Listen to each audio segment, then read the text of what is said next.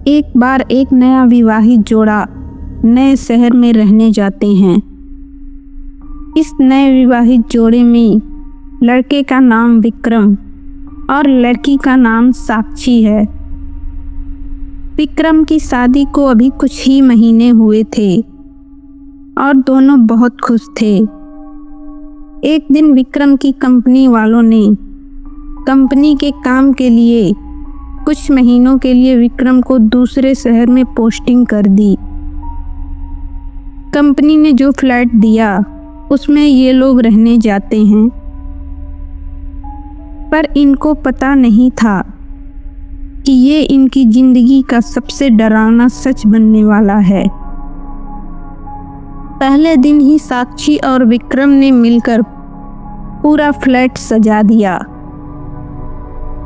Flat 2 BH का था तो ज़्यादा समय नहीं लगा। ये लोग नए शहर में ढलने की कोशिश की बात एक दूसरे से करने लगे और खाना खाकर अपने बेडरूम में सोने चले गए। देर रात में विक्रम की नींद खुल जाती है।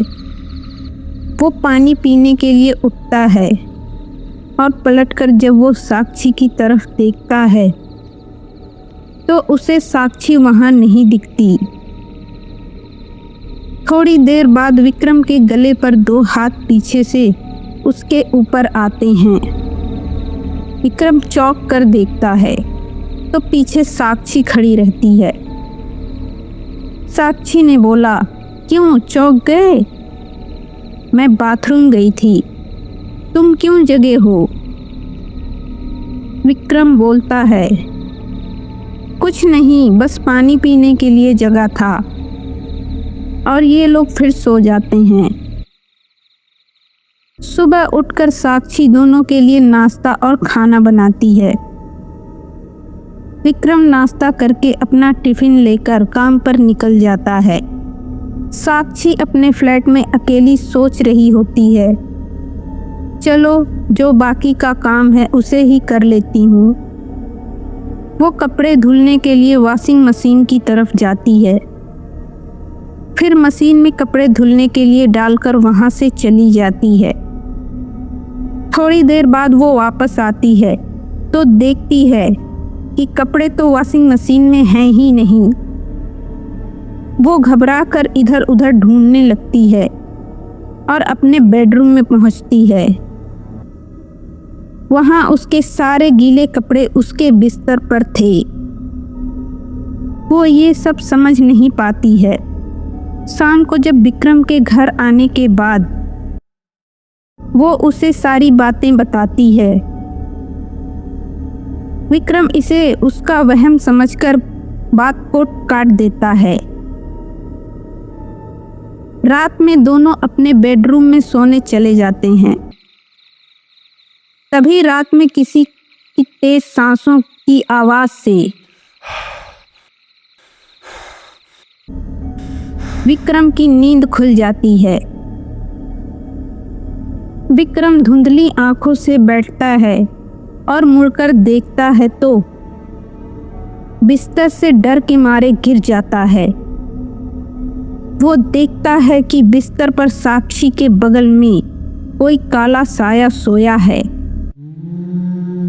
जो एक आदमी की तरह दिख रहा था। विक्रम दौड़कर बाथरूम में जाकर पहले अपने आंखों को धोता है और वापस आकर फिर देखता है तो वो वहां पर कोई नहीं था। विक्रम को लगता है कि ये ठीक से न सोने की वजह से भ्रम हो रहा है। इसी तरह 1 हफ्ता बीतने के बाद दोनों अब तक कई बार डर का सामना कर चुके थे, पर वो उसे भ्रम मानकर बार बार टालते जा रहे थे। फिर एक दिन रात में दोनों अपने बिस्तर पर सोए थे। कुछ देर बाद बिस्तर हिलने लगता है। दोनों की नींद खुल जाती है। पहले साक्षी उठती है तो सब नॉर्मल था। फिर भी वो चेक करने के लिए बिस्तर के नीचे झांकती है और जैसे ही वो बिस्तर के नीचे झांकती है कोई उसका बाल पकड़कर बिस्तर के नीचे खींच लेता है। साक्षी चिल्लाती है तो विक्रम भी जाग जाता है और वो बिस्तर के नीचे उठकर साक्षी को देखता है और देखते ही वो पीछे की तरफ गिर जाता है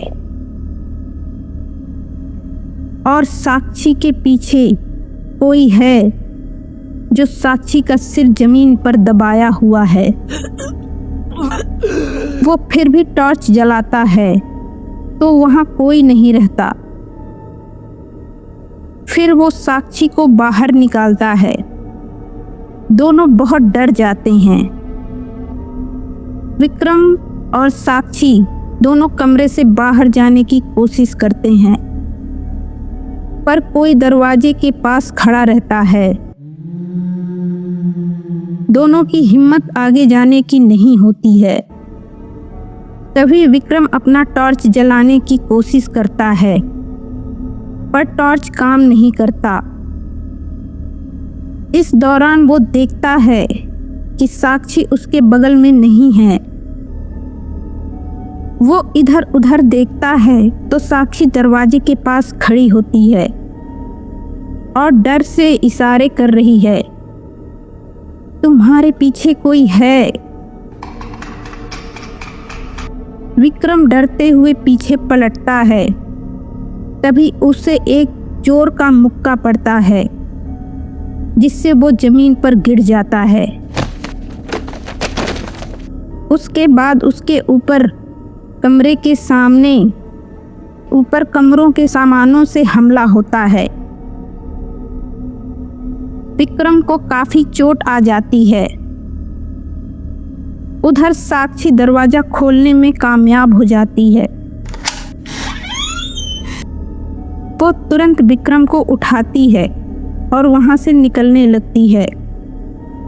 तभी दोनों को पीछे से एक जोरदार धक्का लगता है जिससे वो सीधे फ्लैट के बाहर गिरते हैं।